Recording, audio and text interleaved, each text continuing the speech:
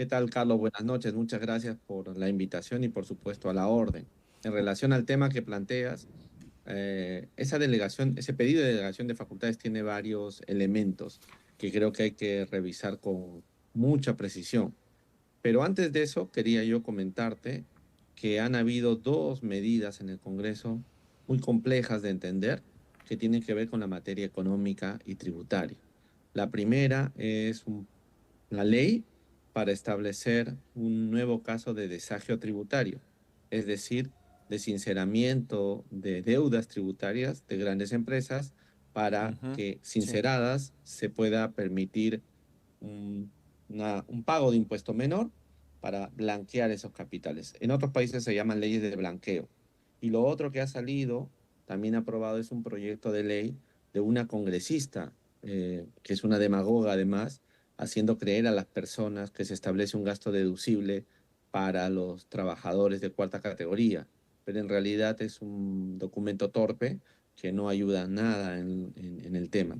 ¿Por qué te hago alusión a estos dos temas? Te hago alusión a estos dos temas porque lo que el Congreso ha legislado son medidas absolutamente populistas en materia tributaria. Declarar amnistías en una sociedad o establecer gastos deducibles sin reglas técnicas no funciona. Entonces, la primera reacción que tengo es, este gobierno y este Congreso están actuando de manera equivocada en materia económica. Como ha dicho Luis Alberto Arias, que es el secretario general del partido, quien legisla hoy día en materia tributaria es el Congreso y está cooptando al Poder Ejecutivo alrededor de ello. Y esto es muy preocupante, porque con un Congreso, con el tipo de personas que tenemos, con mafias infiltradas, cualquier cosa es posible de hacerse sin que los demás ciudadanos lo conozcamos. Te podría poner en otro momento, si te parece, el problema del agua, por ejemplo, ¿no? La reforma legal que se ha hecho para establecer las privatizaciones en el futuro en el agua, pero mi primer concepto es entonces que no se está legislando bien en general, que hay una visión populista de este Congreso sobre la materia tributaria y que en ese camino nos están llevando a destruir todo el esfuerzo económico que hemos hecho para tratar de equilibrar el tributo y las cuestiones tributarias. Ujú. Ahora, en concreto, sobre el proyecto de ley a que te refieres, tiene varias materias. Hay algunas cosas interesantes. Pienso que por lo que están planteando quieren hacer algunos ajustes técnicos en materia tributaria, me refiero. Pero hay dos cuestiones que hay que discutir. La primera es el impuesto sobre... ¿Aló? ¿Perdón? Sí, te escucho. Ah, sí, el impuesto, el IGB, que se quiere aplicar a las operaciones a través de la economía digital, entre ellas los juegos de apuesta digitales. Ujú. Y creo que esa es una buena medida la que quieren plantear. Y hay muchas resistencias hoy día para ese tipo de operación. Mucho Y los lobby, claro. demás ajustes técnicos quieren también incluir un nuevo modelo simplificado del impuesto a la renta para intentar capturar de mejor manera todo el ámbito informal del país, ¿no? Entonces, me parece que en esta parte, la delegación de facultades tributarias, tiene muchas cosas que discutir, pero sin embargo, el núcleo es tratar de pensar un proyecto hacia adelante. El problema, mi querido amigo, con este gobierno y con sus ministros es que son improvisados y no permiten al país una visión general, una reforma realmente seria. Y están conviviendo en una relación media compleja con el poder legislativo, con el Congreso, de manera que yo dudo mucho que las cosas que salgan de en este tiempo van a ser correctas. Efectivamente, yo hacía referencia, si el año pasado cuando se le delegó las facultades no hicieron nada o no hicieron mucho, ¿no? Entonces, ¿qué nos garantiza que esta vez sí lo hagan? ¿No? Entonces, ahí está un poco la incertidumbre en este tema.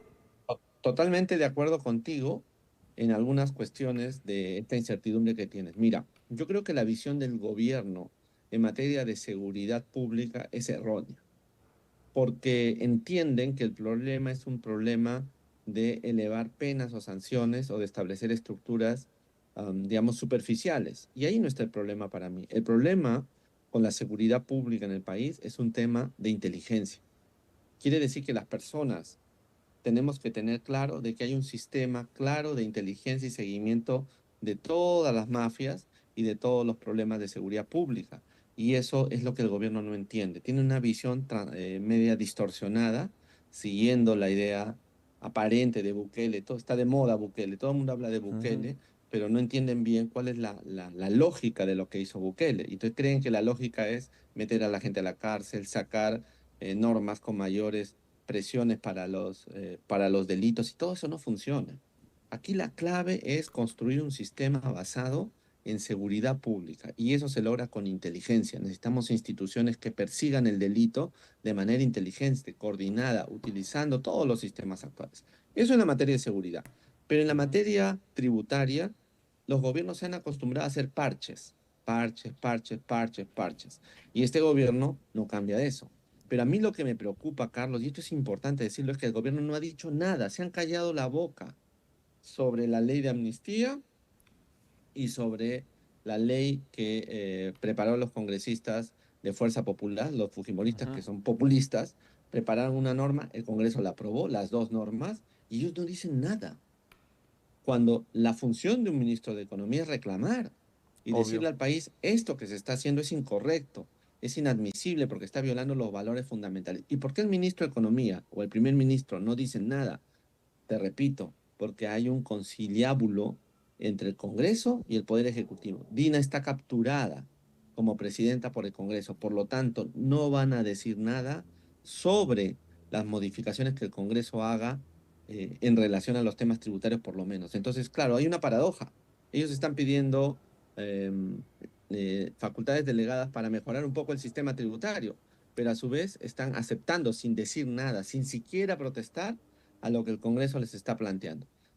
Yo creo, te Sí. lo digo con sinceridad, que esta llamada de Dina para que el día 1 de julio haya sesión para que la aprueben la delegación de facultades proviene de una negociación previa, que significa el silencio frente a estas dos leyes que te he planteado. Vamos a ver si las observan. Yo creo que no las Ujú. van a observar. Entonces hay un fraude contra el ciudadano común. Otra vez los políticos, querido Carlos, no están diciendo la verdad, están trabajando deshonestamente en su relación con los ciudadanos de a pie.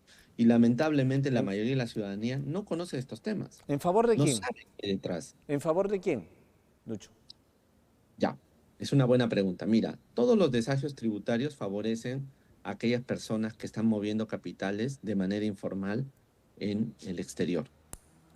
Ya hubo un desagio antes, al inicio de la época de PPK. Fue un último esfuerzo después de muchísimos años que no se había hecho para permitir el blanqueo de los capitales. Blanquear capitales quiere decir que alguien que tenía sus capitales había seguramente sido informal, sepa Dios de dónde habría venido, se permite que aparezcan públicamente como lícitos, pagando un porcentaje del impuesto a la renta. Volver a hacer eso ahora, cuando ya lo hicimos hace unos años y de manera extraordinaria, creyendo que eso iba a funcionar, ¿a quién favorece, Carlos? Favorece a todas las mafias, a todas las personas que no declaran impuestos en el Perú, a todas las personas que trasladan información, que trasladan bienes y recursos a través de sistemas informales de las bancas, y puedo seguir y seguir. Entonces, aquí hay una cosa que hay que revisar. ¿Por qué el Congreso está haciendo eso?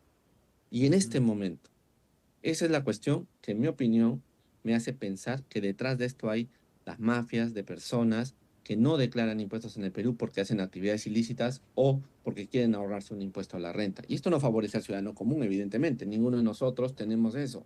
A lo mucho, muchos ciudadanos informales en el Perú, llevados a la informalidad, tendrán su dinero bajo el colchón.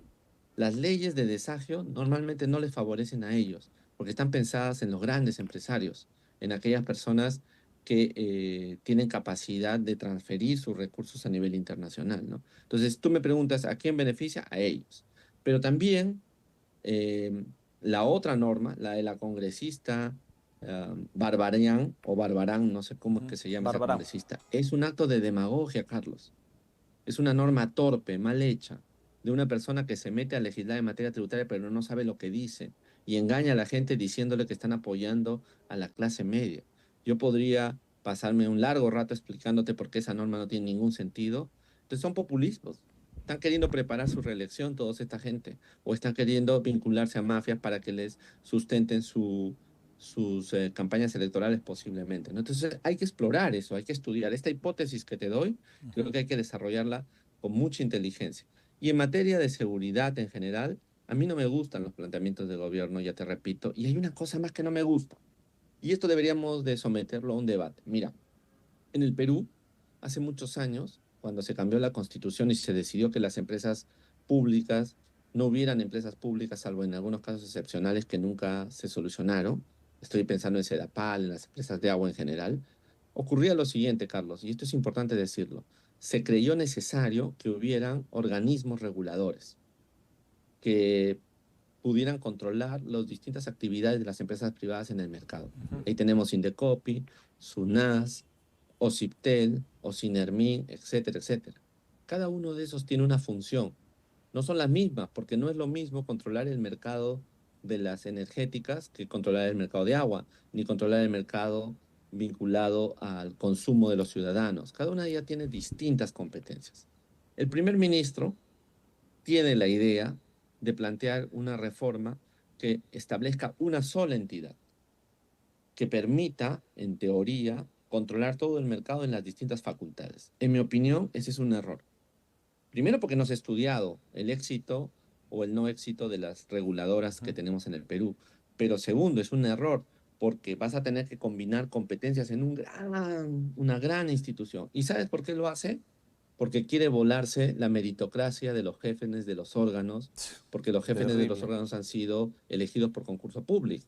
Entonces quiere reformarlo todo para poner nueva gente. Tú dime si esa no es una forma de proponer legislatura al poder legislativo inidónea, irresponsable, sin falta de criterio, cuando lo mejor que hemos hecho hasta ahora en el Perú, y yo lo subrayo, a pesar de todos los problemas, es intentar seguir una línea económica razonable. La gente Sí. está harta de Lucho que le Dura, muevan la economía de esa forma y nos están sí. llevando al precipicio. Yo para terminar, y puedo de alguna manera tal vez equivocarme con este análisis, esta percepción es que como el Congreso ha hecho todo mal, o sea, ya hay muchas críticas al Congreso en torno a la aprobación de normas, ¿no? Entonces ya es mucho roche, ¿no? Que el Congreso la siga aprobando. Entonces los congresistas han dicho, oye, no, ya nos hemos ganado tantos roches, ya estamos en 6% de popularidad, ¿no? Entonces ya el Perú ya nos, o sea, ya nos tiene tirria, ya nos odia. Entonces si seguimos aprobando estas normas, ya con eso ya vienen y van a tomar el legislativo. Entonces le han dicho, ¿sabes qué, Dina? Sacrifícate, pues, ¿no? Sacrifícate, te vamos a dar las potestades, te vamos a delegar estas facultades y tú haz la tarea. Finalmente tú estás peor que nosotros, tú tienes 5. Nosotros tenemos 6%, tú tienes 5. Entonces te vamos a dar esas delegaciones para que tú apruebes todo lo que también a nosotros, en este caso a los congresistas, nos va a convenir. ¿Qué análisis puedes hacer ante eso? Puede ser un poco, tal vez descabellado, pero... No, no, me parece, mira, con coalición de gobierno en el Congreso y en el Poder Ejecutivo, cualquier cosa podemos esperar. Yo lo que creo es que hay una negociación entre el Congreso y el Poder Ejecutivo. El Congreso es un Congreso de gente que tiene pensamiento y acción de bravucones, de gente que le gusta golpear a los demás arbitrariamente, de gente arbitraria. Son los bravucones de siempre. Entonces, esa gente que es bravucona está haciendo una cantidad de legislación terrible para el país. Y sin embargo, el Poder Ejecutivo pide facultades porque van a ser el policía bueno.